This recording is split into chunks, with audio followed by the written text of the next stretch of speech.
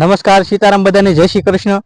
તો આપણે અગાઉ વિડીયો આપણે બનાવી છે રોજ, એમાં વાત કરી છે તમને કે આપણે મગફળીના પાકમાં ફૂગના પ્રશ્ન હોય છે તેને સોલ્યુશન માટે વિડીયો બનાવવાની કોશિશ કરશું। તો આજે એક મગફળીના ખેતરમાં જ ઊભો છું તો એ તો આપણે આગળ વાત કરવાની છે કે આમાં ફૂગ આવ્યો પછી શું કરવું, કઈ રીતની દવા નાખવી, કઈ દવા આપવી અને દવા છાંટવાની આમાં પદ્ધતિ ફૂગ લાગે એટલે અલગ રીતની હોય। તો હું તમને પદ્ધતિ સમજાવીશ આગળ।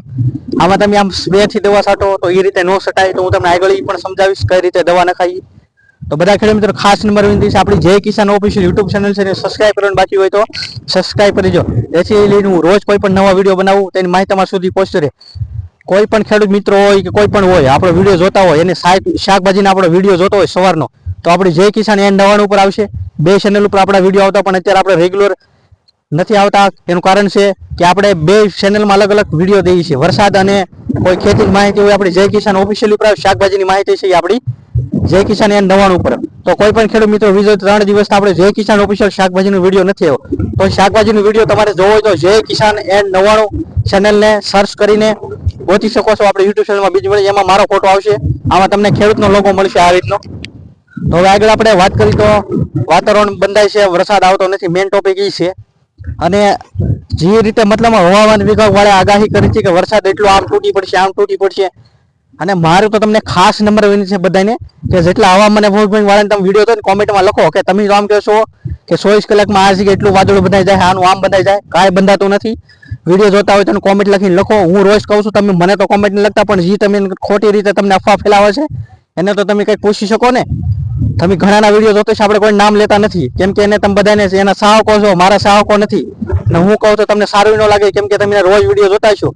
એ ખાલી એટલું ઉપર એમ ટાઇટલમાં લખે કે 24 કલાકમાં આ જિલ્લામાં એટલો વરસાદ થઈ જાય છે, એટલા જિલ્લામાં એટલો પડશે, પણ તમે એટલું જોઈ લેજો કે અહીંયા વરસાદ પડતો નથી। અને હું ભાવનગર જિલ્લાની વાત કરું તો અમુક ગામડામાં હજી તો વાવણી લાયક સારો વરસાદ પણ નથી, એને એટલી આગાહી કરી છે। તો વધારે આપણે ડિટેલમાં નથી જવું, રોજ આપણે એક વૃક્ષ વિશે કહીએ છીએ, વૃક્ષ વાવવા જરૂરી છે। તો થોડોક તમને એંગલથી બતાવું, ખેડૂતની વાડીએ જ ઊભો છું હું, અને જો એની ચારે બાજુ શેડામાં હું તમને કહું છું વૃક્ષ વાવવા જરૂરી છે। તો તમે જોઈ શકો છો શેડાની આજુબાજુમાં જો વૃક્ષ છે, આ વૃક્ષ એને કાંઈ પણ નથી કેમ કે રેગ્યુલરલી આપણો વિડીયો જોવે છે તો એને ખબર છે કે વૃક્ષ કપાય નહીં, એને સારું છે, આપણે માટે કામ કરે છે પક્ષીઓથી લઈ, એને શાક વાવેલા છે, લીમડો છે, તમે જોઈ શકો છો।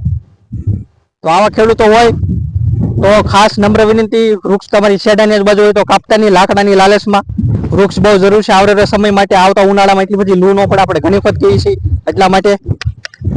તો વધારે તો હવે આપણે મેન આપણો ટોપિક છે ફૂગ લાગે છે મગફળીમાં। અત્યારે ઘણી વેરાયટીઓ બનાવી છે, થોડાક બે ત્રણ તમને નામ આપી દઉં છું।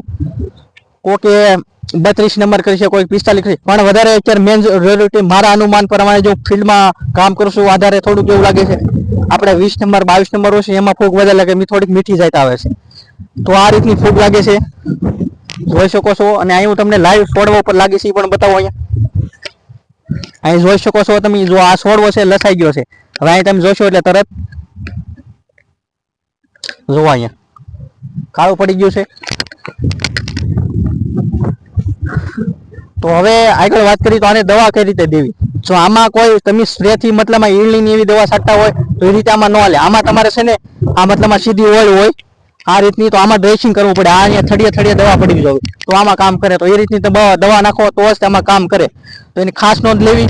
આ રીતની પદ્ધતિ છે દવા છાંટવાની, તમને બીજા કોઈ પણ રીતે સમજાવે તો એ મહત્વ નથી, પણ તમને સાચી પદ્ધતિ ખબર હોય તો જ રિઝલ્ટ આવે। તમે એક તો ખંભે પગ દોડતા હોય અને તમે દવા જો સરખી રીતે ન છાંટો તો રિઝલ્ટ ન આવે, પછી તમે બીજા ઘણા લોકો કંપની વાળા આંતે એનો ગમે એના વાઘ કાઢો, પણ આપણે એટલું ડિટેલમાં જવું, પણ આ થોડુંક તમને કહી દઉં છું, તમે જો કરજો શું કહેવાય મોંઘો પગ દવાનો છાંટતા હોય અને તમે જો સાચી પદ્ધતિથી આ રીતે દવા છાંટો તો ફૂગ લાગી હોય બધાને।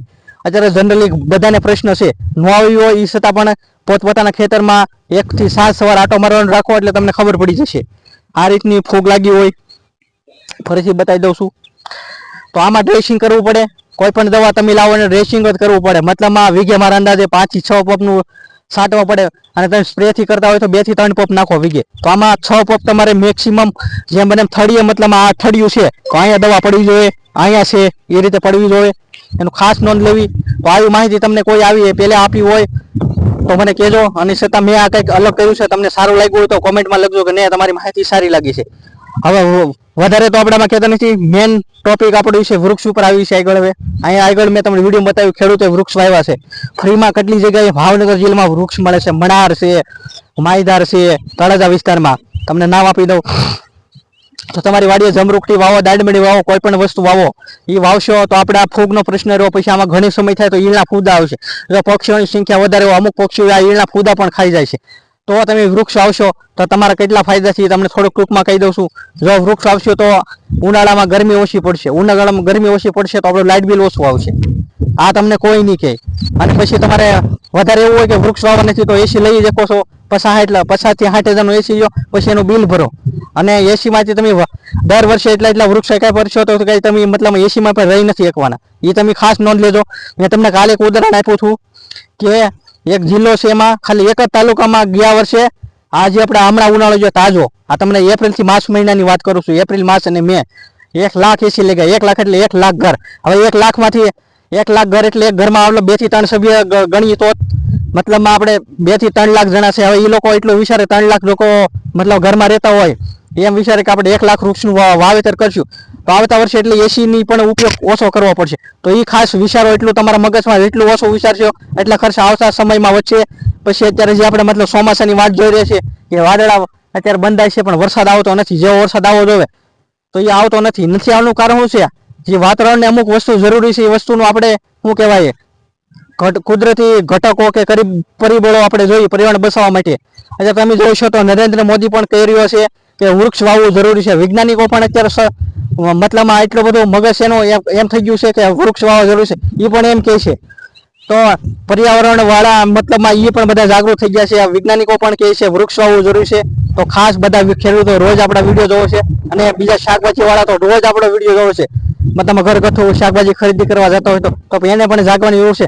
અને બીજું આપણે રવિવારે એક વિડીયો મોકલ્યો હતો, આપણે એક સમાજનું ફંક્શન હતું, એમાં પણ જેના શિક્ષકો હોય અને તળાજાના ધારાસભ્ય આવ્યા હતા એને પણ કીધું કે વૃક્ષ વાવવા જરૂરી છે. તો આ બધા કહે છે તો આપણે કરવું જરૂરી છે. અને એને પછી 2 દિવસ પછી મેં તમને એક વિડીયો બતાવ્યો હતો, બાળકોને ખાલી એટલું સમજાવ્યું કે આપણે આ વૃક્ષ આ ખાડામાં વાવવાનું છે તો એ લોકોએ તરત વાવી દીધું. તો આપણે તો એટલા 40-50 વર્ષના ઉંમરના છે, આપણે તો આપણને એટલી તો ખબર પડી જાય ને કે હું રોજ કહું છું, બધા રોજ કહે છે વૃક્ષ વાવવા જરૂરી છે. તો તમે ક્યારે જાગશો? જાગ્યા ત્યાંથી સવારે હજી જાગવાનો સમય છે, મોડું નથી થતું. તો વધારે મારે કહેવા સાથે કેવું નથી, પણ વિડીયોનું હું પૂર્ણ કરું છું. અને ધીરે સાટા શરૂ થઈ ગયા છે તો વધારે કંઈ કેવું નથી. જેને જગ્યામાં વરસાદ હોય કોમેન્ટમાં લખવાનું ભૂલતા નહીં. અને આની વિશે વધુ કોઈ માહિતી હોય તો આપણે મોબાઈલમાં ડિસ્ક્રિપ્શન બોક્સમાં મળી રહી છે. કોઈ ખેડૂતને કાંઈ પ્રશ્ન હોય તો ફોન કરી શકે છે. તો મળશું એક નવા વિડીયો સાથે. આભાર બધાને.